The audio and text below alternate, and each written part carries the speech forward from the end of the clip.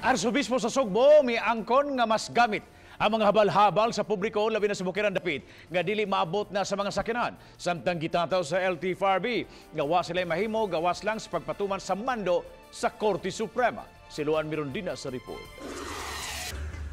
Gihulagway ni Arsobispo sa Sugbo Jose Palma nga mas praktikal ang pagsakay og habal-habal ilabi na sa mga mulupyo sa kabukiran. Bisan siya samtang pari pa musakay og habal-habal aron lang maserbisyuhan ang mga mulupyo sa mga bukirang dapit. To me, yes, no, let's be serious about security, but let's also be kind and practical about people who may not have any other way of transportation. Bisan gani ang iyang inahan, angkas man ang sakyan. I am not ashamed to tell, no. There was a time my mama, when she would go to one, she prepares to be angkas, no, because she said, no, it's convenient, mahangin-hangin, no.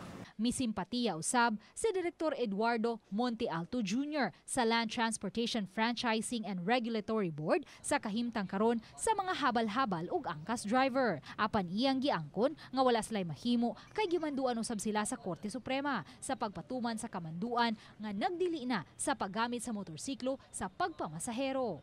Kami mismo doon na mandate ang Supreme Court sa MOA.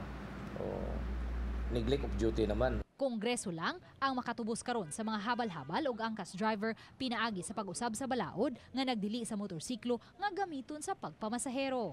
Mahitabo na ang atong i-waive na siya o makonsider ang mga hangyo provided na i-amend sa atong 4136. Wa mo kitay mahimo batas mo gina.